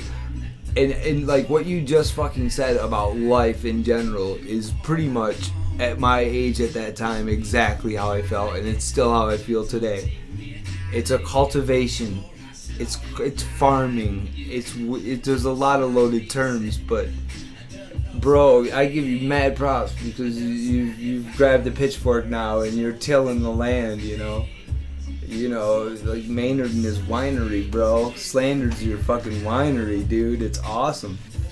And you got all different flavors and kinds and brands, and it's turning out really neat. Sorry, folks, I'm going on. I just, you know, for me, it's just so fucking cool. It's metaphorically sucking my cock over here. You know, yeah, I do that, but it's because well, listen, for background info, it's because, you know, Cody and I have had a number of lengthy years where I was the entertainment guy, and he was my buddy that was my sidekick at every fucking show and party Robin. Before and after, and every after party he was my guy that was right next to me cracking everybody up at every fucking party. So now forgive me if the roles have reversed a little, and Cody's got this comedy shit going on and some real shit happening, and yeah, now it's my turn to fanboy the shit out of him a little bit, you know. It's fucking cool. Hey, whatever. Hey, yeah, whatever. I don't know. I don't overanalyze any situations anymore. It's just... I know taking compliments isn't easy. I respect that. I really do. It sucks. I hate hearing compliments like that and not knowing what to say back. No, I know it's tough when you come from a background of you're fucking full of shit. You know what you're talking about. You fucking bastard. Know-it-all son of a bitch. Yeah. So you're like, you get hesitant and just blatantly stating your opinion, going, this is what I'm standing behind, and yeah. You know, my fundamental breakdown is really gonna rub you the wrong way if you have a standardized version. Yes. But that's what's so cool. Like, I'll do a Hallmark moment like that bullshit right there, and I'll see your eyes roll. And the cool thing is, because of the background you grew up in, and what it morphed into what it is today, who you're becoming today is before my very eyes. As we said before, it's a completely different process of where I arrived at. Yeah. And so the contrast is fucking just, it's exquisite, but it's parallel. It's, exquisitely different, but parallel in so many fucking ways. It's uncanny, you know. If anything, I owe my family a thank you for fucking me up. That's what I was trying to say. Made me creative. Yeah. I like how Rogan's talked about it a bunch of times. It's funny how interesting people that you want to talk to always come from fucked up backgrounds. Yeah. We are the broken dolls left behind to make you laugh and, but it breaks you from the system, entertained. Because it doesn't leave you many options. Back to that quote, you're free to fuck about, you know? You're free to transcend. And what's really tough is I'm trying to extrapolate that to the very aspects of how I do everything in my life, whether it be relationships, how I conduct my business, why I choose what business I'm in, who I surround myself with. Just everything is coming from a general dynamic. That if I can just find one person that fucking gets that I'm telling the truth and I've just explained it out, like, here's the blueprints and you should know why I think the way I do or how I'm going to react when certain shit happens. Yeah, no shenanigans. If you can wrap your fucking concept around the fact that I'm being honest. Yeah, that's hard these days, but it's like, you're like, I'm not putting on my favorite shoes for you. I'm not going to fucking put on your favorite bow tie. I'm going to be me. And if you fucking dig that shit, that's fucking rad. No, if you can just wrap your head around honesty is fucking amazing when you're yourself, that, you know? If you can just wrap your head around that, you'll find a huge burden alleviated when you interact with me socially or personally in a relationship, because you'll just feel free of that paranoia of what I'm thinking or how I'm going to react. Because if you allow me to, I will let everything go. No topic will be off limits. You don't have to go through that social awkwardness. You mean me and you being friends, I've proven that pretty good. Yeah. Most things that would scare most people away or create a bad perception or an embarrassing perception just does not exist with me, because I don't believe in living like that. Right. Not to mention, being anything but yourself is kind of just asimine. When bites you in the ass. It's not when self-serving. It's apparent to you or apparent in other people. Yeah, you find ultimately you're just chasing this weird ass tail when you can kind of flip it on its head and look at things a little bit differently, I suppose. Yeah. You know, but again, all these things sound like it's like a flip of a switch. And, it's all it is. Everything But that it needs to be is. changed in this world is a simple mind frame switch. It's a simple decision. It's if you just chose to do it. If you just collectively look at each other and be like, this is fucking awful, and no, we're not doing it this way. It doesn't matter what fucking country you're in or where you're from, who you are. If everybody just did that, then the world changes. Perhaps look at yourself as more of And I a... had the philosophy teacher yelling at me, going, Cody, it's not that simple. And I'm going, I know. it is. Yeah. That's the fucking mind fuck of all of this. Mhm. And that's why people who are really smart are infuriated and get crazy. Yeah. I got a guy in my family that used to be a professor at like Penn State and shit, and he got so smart he went insane. Grows all of his own food, walks around with a pistol on him. That dude is whacked out. Interesting to talk to. What used to freak me out the most is he would sit down at family functions and talk to me specifically, and he didn't talk to anybody. Did you say he's... Because I don't want to give any information. Did you say he's from around the area at least, or far? Yeah, he's family. I'm related to him. Close enough where Yeah. I could perhaps know who this guy might be. All right. Yeah. Well, that's suffice to say that there's enough crazies around our area that, you know, when I say crazy, I don't mean in a bad way. I mean people who have gotten He's socially they got so in warped. touch with something that it socially fucked them over. Because, and this is really I remember important, him Cody. sitting at a funeral watching all this glorified stuff happening, going, isn't this a little much? And people wanted to kill him for it, and I was sitting next to him going, I actually agreed, and I went, but like, I would have never have said it out loud, so it must be this dude's gotten to a point in his life where he just doesn't give a fuck anymore, and he's like, wow, I'm like, man, you're just fucking asking for it.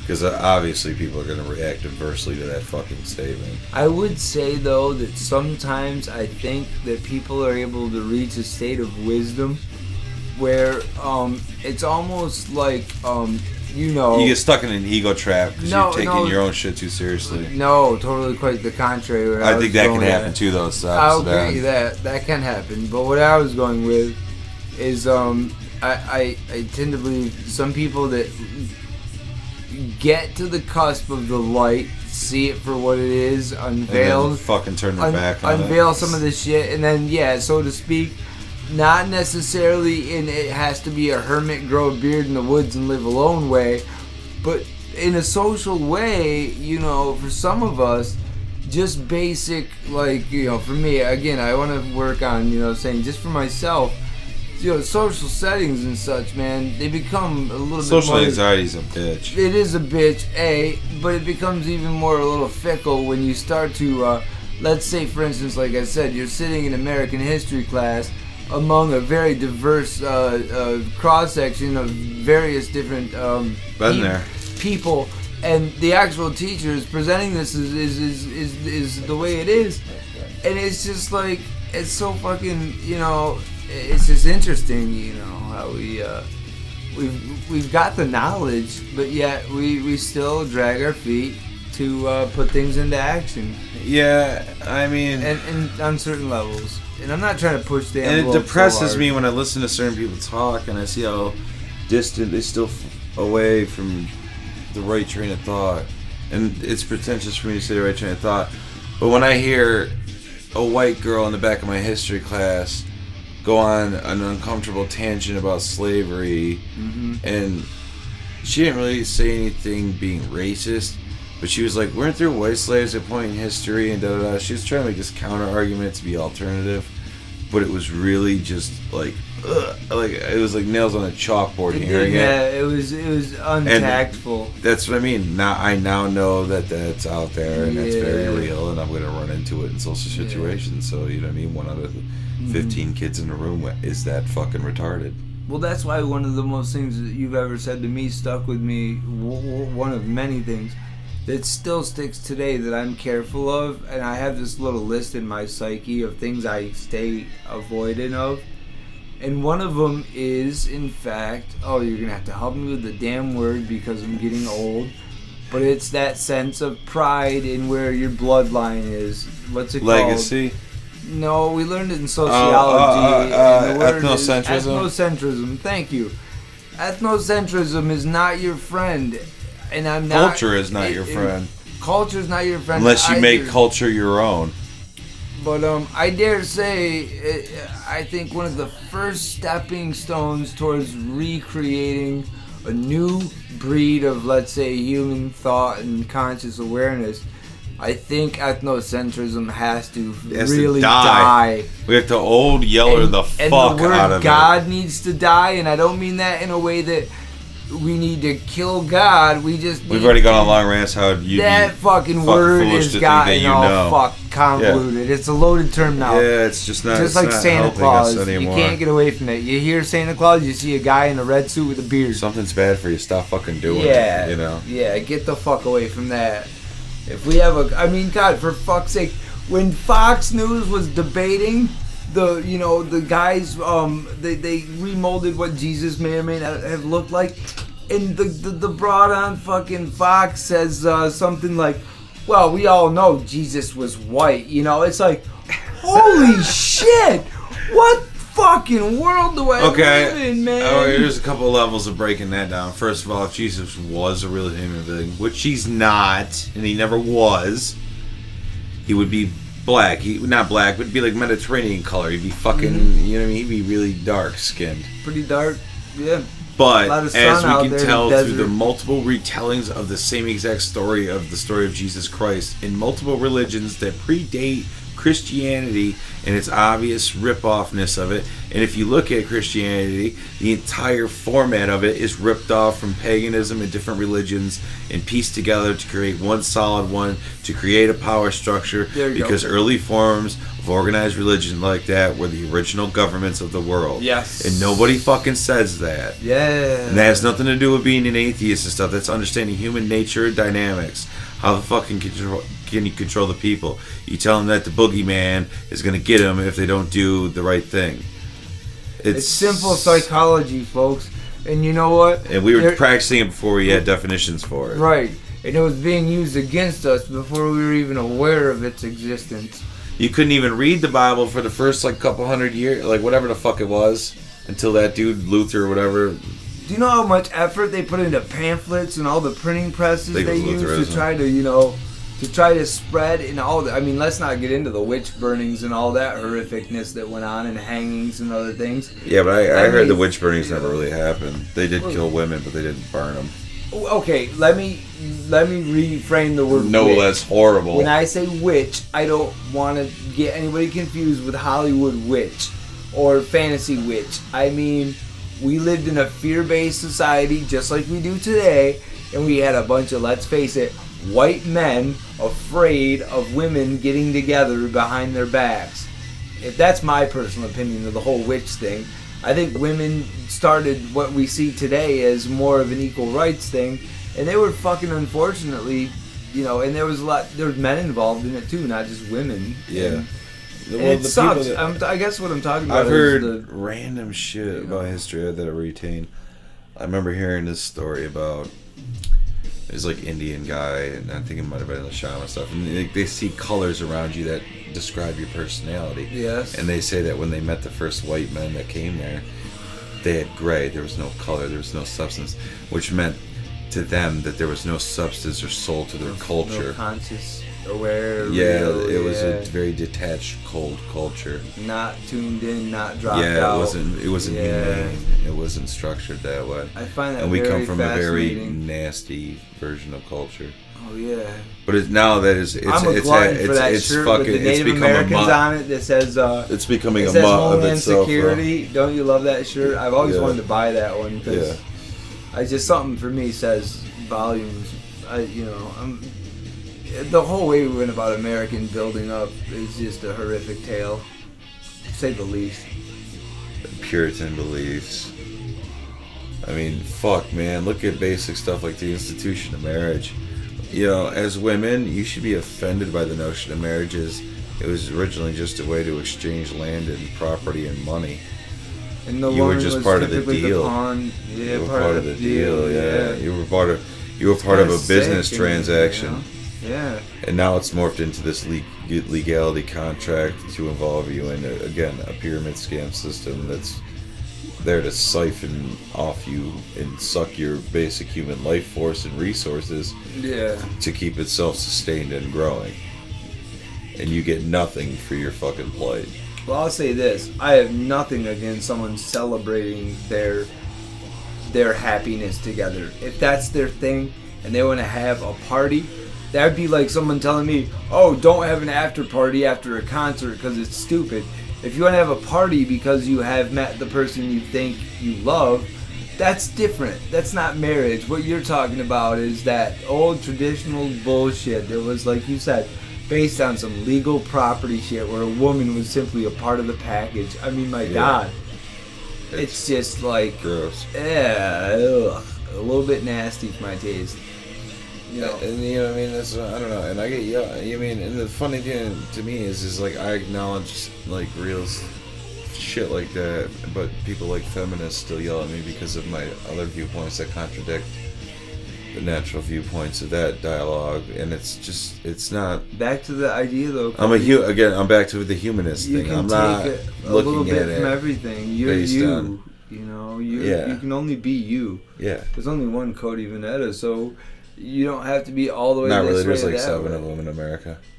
Oh really? You've Googled yourself? You fucking self-righteous prick. Who the fuck hasn't Googled themselves? Yeah, no doubt. Just to see. But no. When we say Google yourself, we're not talking about doing an internet search, by the way. I Googled myself earlier today. Oh, yeah? I need you to light this. It went out. Okay. That candle. You know I love that scent. Oh, I hope you put some trippy visuals up for this one. Oh, we'll be fine eventually. Oh, yeah. Until the wheels come off this motherfucker, as I say. That's exactly what I was just thinking. You know what? Till they're at my door with pitchforks, fuck them. I mean, not you guys. I want you guys to be our friends, but everybody else that has a problem with maybe how I'm thinking or going about my life these days, Yeah. look the fuck out. I'm kind of doing me. Yeah. Not to be a dick, yeah. But I've got the loved ones in my life, and the thing Cody and I talk about a lot is like, you know, it's essential to my like existence, like these networks and things we create. But I don't necessarily find myself trapped in it where I'm like, you know, oh, I harp on it too much. I only do it because I hope that anybody who listens to Slander gets shook up enough to maybe maybe see one of your memes, or maybe that'll spark this, and then that's what I mean. They'll see something on Bill Hicks they never knew about him, and then all of a sudden you could have changed your kid's life for the better. Let's go back though. Let's go back to the concept of marriage. Like you're talking about, like if you want to get together and have a party, you want to have a party, you know what I mean, celebrate. I would personally rather do something like one-on-one and go have an experience somewhere. Yeah. Like, where, say it was tropical and you were in this amazing place where it was like you had an open room part and you could feel the tropical breeze, and you both ate an eighth of mushrooms and the sun was coming up and you were having a conversation about everything under the sun. Oh, God forbid, the majesty of life. I don't need artificial connections. I need shit of substance. Yeah. Stuff that is going to stick and really be vibrant. And when I'm lying there dying, will be the things that I cling to that bring a smile to my face. Because I've lost track of the last 24 to 48 hours due to college and slandering and, you know, life and, you know, whatever. Did I mention on the podcast about my ideals about, you know, basically the same thing with the housing problem we have is we have more empty houses than we have people who need homeless. Housing. Yeah, we could fit. We have 18.5. I made a point today about the cars. 18.5 million homeless, 35 million empty houses. Thank you for clarifying. And you're telling me this system works properly, right? And that this is what we should commit to. Go fuck yourself. Now tell me, when I drive around my little town, which is just a small little shithole on a large scale, you know, I look at these cars now and I think the same thing about vehicles. Now I don't want to get into the fucking, you know, the ecology of it all and the earth, and the gas and all. I want to purely talk about this as a growth for America. Imagine if we were able to just, with a flip of a switch, allow one day anyone who doesn't have a reliable vehicle to basically just get given one. And I say that not on a welfare type, we have to support the meek or whatever. What I say is, I'm well aware that there are some hardworking, ethical, good people out there that currently are working because of one thing. They don't got the wheels right now. How do you get fucking wheels if you can't get a job? How can you get a job if you don't have wheels? And I know it's just a bitch. No, instead of having, my recommendation would be to like expand on the zip card theory.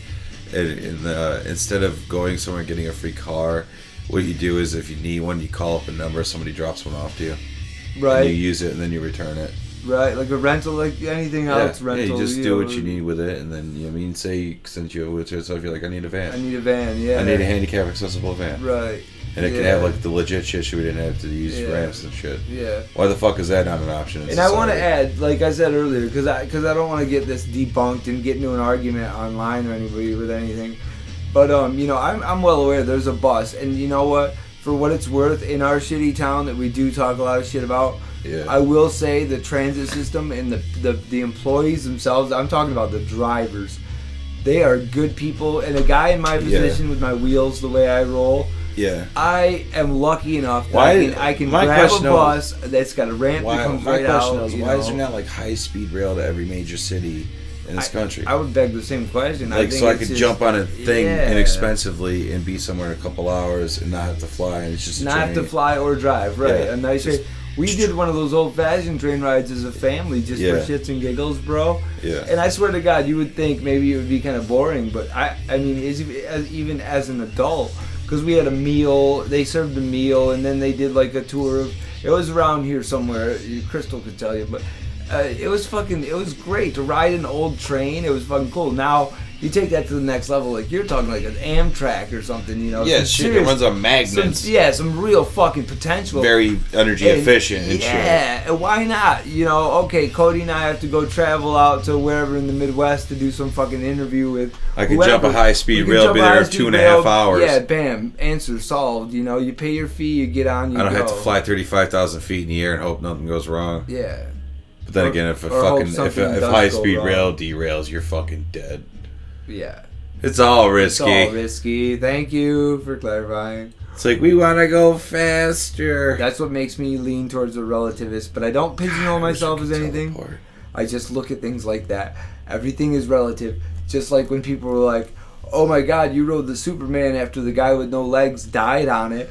I was like, yeah, but I'm not the guy with no legs. I'm just another handicapped guy that likes roller coasters. It has nothing to do with me. Yeah. Same with planes and automobiles and going out and riding a fucking bike.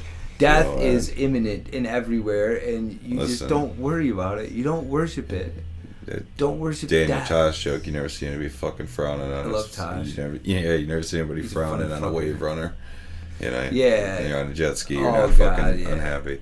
Uh-huh. It's something to be said about being in like a boat and full throttle, just flying on like, I know it's irresponsible and reckless, but it's still fun. I used to have a buddy that used to take me boating and flying. Yeah. He had one of those little two-planers or two-seaters, and we'd go boating and flying a lot. And I'm telling you, that's, to be in one of the little boats or like a little airplane, it's so exhilarating. You're thinking about the worst, of course. It crosses your mind, but you're too busy having a blast being a million miles in the air. Dumb enough to get in Not the sky coaster miles, thing at an amusement park, the thing that drops you like from a bungee cord and then you swing. And, told me you did that shit, right? You're relying on a cord so you don't die. You're dropping 300 feet free fall speed. Worse yet, you're relying on the person that put it together or the machinery. Some fucking dude making $9 an hour hooked you up in a safety harness to drop you from 300 feet in the air. And you're like, woo, I just paid $80 for this. And you might just be like, splat. Cody can contest to this, and if you scroll through my Facebook page, you will find a really long story about this.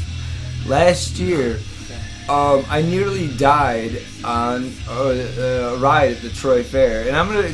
Carnivals are dangerous. I'm gonna call them on shit. it. The Troy Fair, because you know what? We didn't press any charges. We kept it all.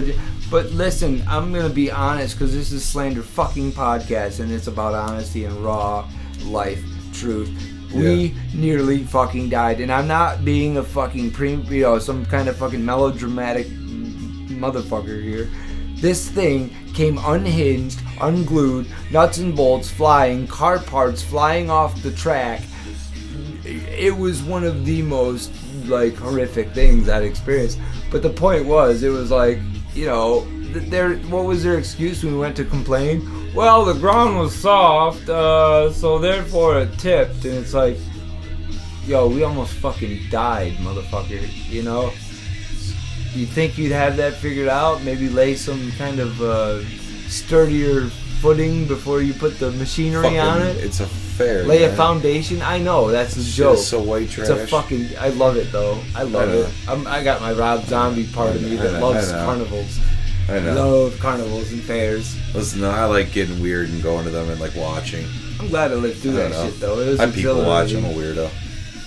Like I go to social situations and just sit back and be like, look at this madness. Yeah.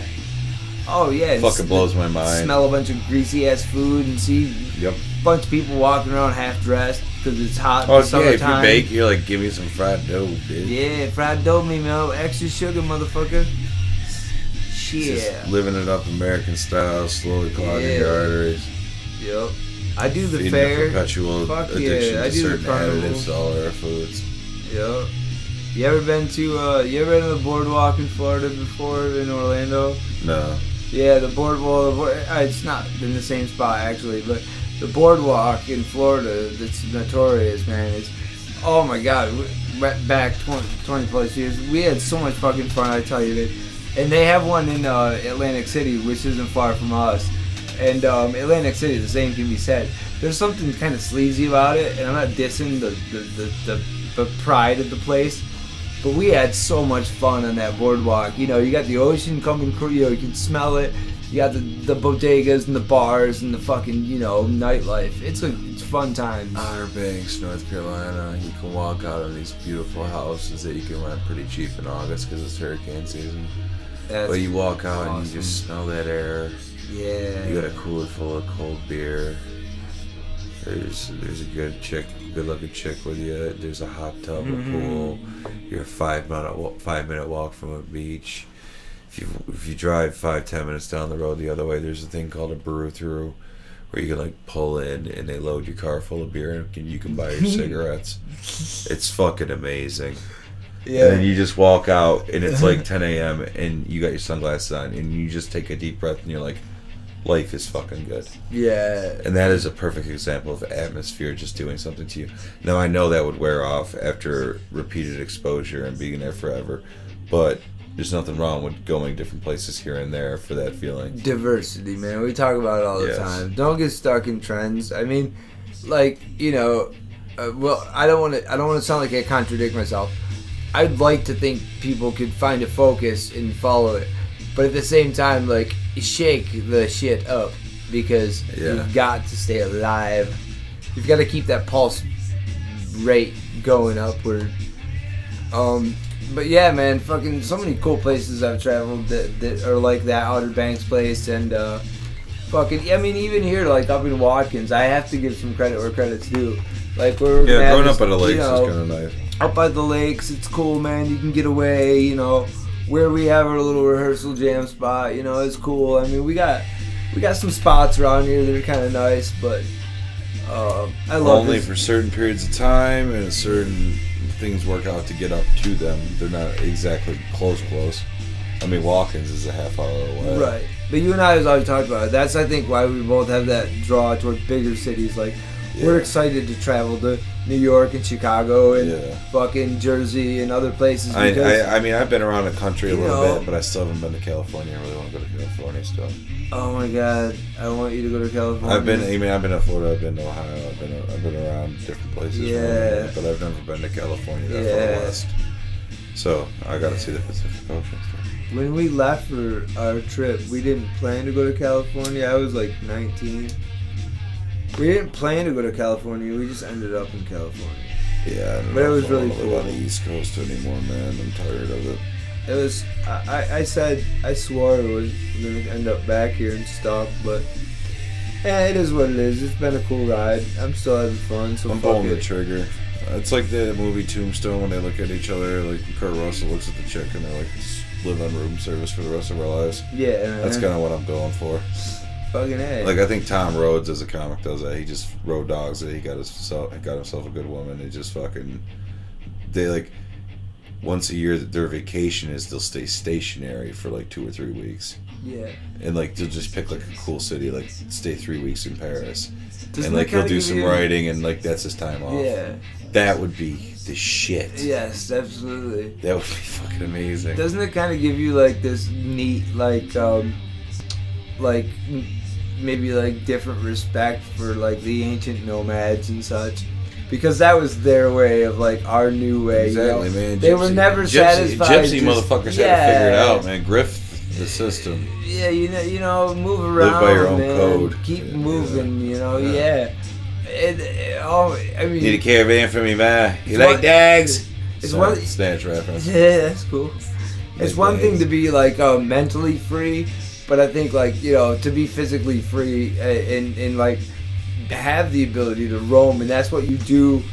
That's what you are. I've always felt like You a know. wanderer anyway. Like when I had no Love options touring, or social outlet in this town at certain points in my life, I would put my headphones on and literally walk around this town for 6 hours. Yeah. I've done it. I've done it multiple Yeah. times. Get a pack of cigarettes, roll up a few, whatever, Gotta get and away. just walk gotta around get town away. Yeah. and like watch certain things. And it did inspire me to like think certain ways. And then I don't know.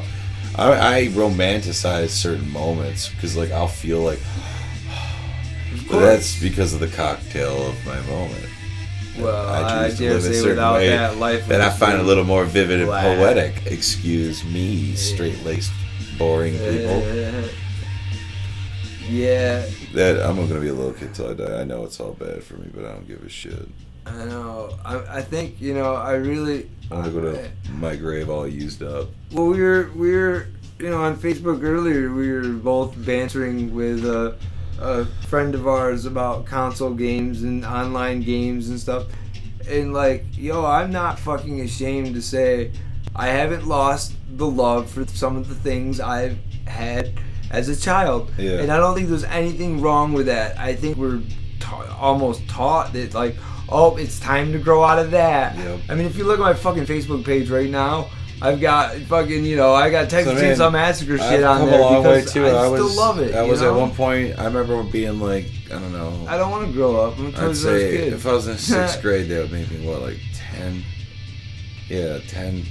I Yeah. remember playing Resident Evil 2 at like 2 a.m. with the lights off, scared shitless because it was a terrifying game. Yeah. Like, I like stuff where I can plug in and be part of a story. That's fun. Yeah. It's why I read books. It's why I watch movies. It's why I play video games. Oh, that's If you right. can We provide talked me a about cool this the other narrative, day. that- Escapism in it's- any form. Yes, but Yeah. it's fun. And, Nah, escapism gets a bad I rap. look at my alternative thinking though. I grew up playing Metal Gear Solid. That really had a shadowy Illuminati-esque background Got to you it. thinking If outside you get the into box. it, and they called it the Patriots in it and stuff, but it was all about somebody getting a surge of money and influence and resources, and they've been kind of dictating the wars and the outcomes and evolution of nations for the last like 30 some years, and there's been people fighting to stop it. Because you're on the verge of like closing the gap, Right. which kind of fits current society. And the fact that Yeah. somebody put that in a video game and didn't get shot is kind of amazing. Yeah. Well, like it's a video game. It's all. Let's just talk about media. But like, it's funny. Tool's playing in the background right now, and like for me, like that's this is what you had in mind. This is what you get in. All right, now we're doing karaoke. Anyway, fucking, I hope you choked on Tool, it. for me, just like you were saying, like Metal Gear, there was more than just a video game for you. Yeah. Just like with Tool. When I first heard Tool, oh my god, my universe exploded into When I first heard the fractal song La design, Terrell's laying 3 a.m. in my Oh. bed, staring at the ceiling, arms there like I'm on the crucifix. And the song La Terrell's is just vibrating through my skull to my toes, and I'm thinking about shit I've never thought about. it's one of those moments you never forget. Tool's got that moment for everybody if they're a fan of Tool. That one of their songs hit you on such a fucking personal nerve that you'll never forget it. I forgot to tell you something cool. What? Earlier we were chatting about, my class today. I had Dr. V, and we bullshitted about or whatever. And for those that don't know, like, Cody turned Dr. V on to Tool. It's just pretty cool. But today, I could not believe, and I'm ready to drop this bomb, he was presenting some kind of philosophical, dilemma. That's pretty much what philosophy does. And then you have to unravel the dilemma and decide where you stand on said dilemma. So, in that delivery, he said, let's say I'm a big fan of the band Mars Volta. And Brad here is also a fan of the band Mars Volta. But I say to Brad, I like the Mars Volta 10 times better than you do. And then Brad says, well, I like the Mars Volta 10 times better than you do. And the point was, it was where do you draw the line? But the point of my story is, Dr. V's probably in his 60s, not, I'd guess. And that's, he looks good for his age and everything. But Mars Volta is a pretty fucking new, hip-ass band. For those that don't know, Mars Volta was born from One Arm Scissor, fucking that band at the drive-in. Yeah. Well, I'm not speaking to you. I'm trying to film the audience or whatever, yeah. But Mars Volta, to have your philosophy teacher reference the Mars Volta in that way. I sent that guy the video. I sent that guy. Who are you, dude? There's a video. He's a drummer, by the way. If you Google Tool Out to Us, there's a video explaining its connection to the Fibonacci sequence and the rhythm beats of the instrumentals, plus the pacing and the fucking character length of the vocals and how that corresponds to it too, and how it's done the exact rhythm, and then the general message of lateral spiral thinking when you put it all together on a fundamental. It just keeps going and going, and at one point it even states like, if is this song ever going to end? But that's kind of the point, isn't it, to never end? Mm-hmm. And I sent that to my philosophy teacher, and the next day in class he pulls me aside. He's like, I watched that video, and I knew hypocritically, but corny wise, over the years, I'm sure so many students thought they were going to be the genius to bring Tool to this fucking guy. And I just wanted to be the one to show him something, why Tool is such a cool aspect, and I did that, and I know that video blew his fucking mind. Oh yeah, as it would blow anyone's mind, because it's you're seeing something that's not, it's next level art. It's art, science, philosophy. It's everything about life into a song. If you listen to a song Lots or Else, that is about the death of your childhood. It is about when you come out of the blanket brainwashing that made you, when you come out of how your parents will look at the things and say that's right and wrong, and if you're sort of following that mentality, black and white is all you see, and then red and yellow came to be. Yep. You start seeing other colors, you start seeing other perspectives. Now, do you just instantly reject that and revert to said pre-programming, or do you pull on the thread and keep going and going and going and going? And that's either the maddening part or the beautiful part. You can either go mad because it never ends and realize it, think that it's futile and it's all pointless and it's woo horse shit and you're just a self-absorbed douche, or you can realize that it's a self-indulgent game that's fun as hell and it never ends. Mm-hmm. So you can just keep going and going and going and going, and you never have to worry about running out of content. It's like playing the ultimate video game, and you can never win, but you can never lose either. You just play. You just play to play. And then we go back to our fun old statement. Whatever happened to fun? Let's say this is a simulation. I want my fucking money back, because this isn't what I thought. This is some lame duck. Erectile dysfunction style fucking mentality. And again, we're happy to be a part of the 21st century. It's cool. I'd rather be alive now than any other time of life. But with that being said, I'm going to make this shit as cool as I can fucking make it while I'm here. And I think you'd say the same about yourself, because The fuck are we else good? What the fuck is anything? I implore anybody else that The may world is gonna find be what old I and dead have said long relevant, interesting, or agree to, or you want to learn more, please contact me. I'm always looking to hang out with cool new people, especially if you're an attractive female. Pulled a dude card, had to go there, didn't care. Doesn't matter. And I love the background of the computer. There's a spiral. There's spirals all around us, people. I don't know.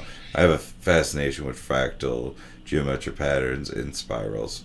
It just, for some reason, feels therapeutic and soothing to me. Yeah. Kind of like the color blue is for some people. Blue is like that for me too, but yeah, I take it farther. Yeah. There's a certain hue of blue that gets me every time too. In fact, the painting I'm working on for Neil from Clutch right now, it's this alien dude in a chair, and there's these eyeballs peering at him from like this vast space or whatever. And the blue I chose for the eyes I'm really into because it's like that. It's that not baby blue, not bright blue. It's somewhere in between. It makes you almost thirsty when you look at it. It's weird. Oh my god. Oh, you just made me have a great memory of what you didn't. Did I hit your nail in the head or something? There was one day in class, I hope Brad's not embarrassed by this. There was one day in class. I'm not embarrassed by anything, mostly. And there was a really cute girl that sat near him, and it was in our class. I believe her name was Jen. I'm going to say it, I don't care. And she had painted her nails, I think it was like aqua Kool-Aid blue, and you looked at her nails and you went, oh my god, they make me thirsty. I about fell out of my chair because it was like 2 seats away from you. So I was like, I couldn't believe you said it. I was like, you really just say it? She was like, okay. And I don't have much. The beautifulness, the beautiful awkwardness of that moment. I was like, I didn't think you did really anything wrong. It's like you were like being, I don't know. It's not like you're being overly sexual or something, but it was such a fucking weird thing to say, though. That's the weird Your thing. fingernails make me thirsty. Yeah. No, well, I'm glad you get a delight out of it because that's the weirdness of being myself. I think I helped save that moment because I was laughing so hard. She looked like it was okay. Laughed, she looked at me. Everybody laughed. It was funny. Yeah, it was like a good joke.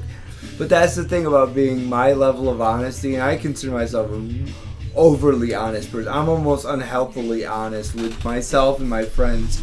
I try to work on it where, it's a balance. But anyway, sometimes my honesty, like Cody pointed out, can make for some really shenanigan-y fun stuff. Like, this man's been privy to so many fucking awkward things I've said. He brought up one earlier that I will not even touch with a 10-foot pole on this show. But I got a line. I'm not going there. Yeah, that was an awkward moment. I stood there and I just fucked up. Fucking. Oh. And I fucked up because I have no I locked filter. up like a fucking. Yeah, you think I'm bad on this? I locked thing? up like you took too much Vicodin and you're trying to take a shit. I was like, oh god. I have. You did not just do that because I knew. I fucked knew. up. I fucked up so bad. No, what he said wasn't just talking though. I was just bullshit. Keeping it broad. What he said wasn't really bad in close. context. It was not bad. Out of context, if heard out of context, bad. Sounded fucking horrible. Yeah. And the party that may be affected because of how it was stated was like, I don't know, 12 inches away from me, directly behind me, and I knew it when he said it. He didn't see the person. Yeah. And the look on my face and your puzzled look of what? And I'm like, I kind of leaned. No, I knew I fucked up when I fucked up, bro. Yeah. You didn't know I knew yet, but I knew. But my expression didn't become clear until after the fact. And I was like, I just fucked up. Like dawning on you. Yeah, we were just rattling like we we do were on just this talking. show. And out came some malarkey. Like I said, I'm going to say it for the record again. I don't recommend this for children. This show is not for my child. This is not a show. This is an adult show. No, that's the whole point, though. Like, just the simple fuck, conversations. fuck. The simple conversations that me and you have here are dangerous in public situations. Right, and that was my point. When you get me and Cody together on campus, it's the same thing you're hearing right now. What you're hearing right now. And if you're in proximity of an earshot, we draw some people in. We scare some people away. Yeah, just away. Nature of the beast. Nature of the beast. Hey, that got said earlier. Nature Sweet. of the beast. That's the theme for tonight. The nature of the beast. This one is going so long. I'm gonna need fucking Adderall to get through the processing. I know I have to fart. I hope you guys don't mind. I'm gonna try and squeeze one out real quick. Just don't shit your pants. Oh, I hope that got on tape. It did. All right. Oh my god. God, I needed that. This show is now complete because there's an audible fart on it. Yeah, now We're officially now a comedy podcast. Yes. Oh, we farted on microphone. At least I can. I don't know here. We cut the red tape on a new era. Thanks. Yeah, waft it this way. Not like that other night though, where I literally made you almost throw up in the garbage. When you farted death. Yeah, death came creeping out of my asshole like a lurker in the night. That's what happens with a steady coffee diet and nicotine. Yeah, no doubt. You fart from the death bowels of what's left in you. That's why he said don't shit your pants, because he drinks as much coffee as I do and he knows the danger zone. There's only so hard danger zone. If we have a saying around the studio, the crab didn't eat it that time. We'll leave that just up for guessing. But anyway, fun times here at fucking Slander. But I'm gonna have to say, hopefully Cody's gonna say his salutations and goodbyes. I want to say mine right now and let him take the rest. Because it's getting pretty late on our time. And you're going into too much explanation. Alright, that's fine. Anyway, cut me off. It's cool. Fuck you. But listen, I love all you guys that have been tuning in. I love all you guys that have been supporting us. All the contacts that have come from, my not so far past are coming back. And I really appreciate that because it's kept this old man's fires going. And I honestly told Cody today that, perhaps had it not been for our friendship and the way things were working out with his endeavors, I was possibly on the brink of just kind of curling up into a nice retirement. But he has awakened a beast in me, so I dare say look the fuck out. I've got new music, new art, new stuff, and you'll see more of me as well. And now I'd like to just hand it over to Cody to say, what the fuck? Good night, fuckers. Love you guys. Bye. This is Brad. See you later. That was a mouthful. Yeah, I do that. I drank a lot of coffee today. Oh, on another level. Been running on it nonstop, like intravenously. I would say, to those who are into the weird, the abstract, the fundamental perversion of baseline reality, hit me up. I'm tired of conventional viewpoints. The slow erosion of my sanity is taking its toll. Without this outlet and some productivity and feedback, I may gradually slip off into Fight Club status. Who knows? I shouldn't admit that on air though, because then I will get black bagged. But it doesn't matter. Let this fucker evolve. Let the chips fall where they may. Damned be the consequences of my actions in the current moment. What do I have to lose in this life, people? And that's what I'm trying to tell you. If I can do this, you can do whatever the fuck you're trying to do tomorrow. You can call in sick and, take a day and take a step in a direction that feels like you're not going to resent your very fucking existence. If you're living for the fucking Friday night, get hammered, and that's all you got in life, you've already lost. Don't get me wrong, I still do this shit myself, but more to life. Look for substance. Don't let it pigeonhole you. Transcend the rules. There is no one way to do any of it on all levels. Redefine it. Make it fit the parameters of your life. I'll stop ranting. The soapbox is giving me vertigo anyway. So, be easy. And if anybody's got DMT, I shouldn't say No, my voice fade. Peace out, y'all. It's all good. It's all good. It's all good. It's all good. Thanks for tuning in. See y'all next talk. Because, if you have any common sense, you'll be there. Because we are going to figure some shit out that night.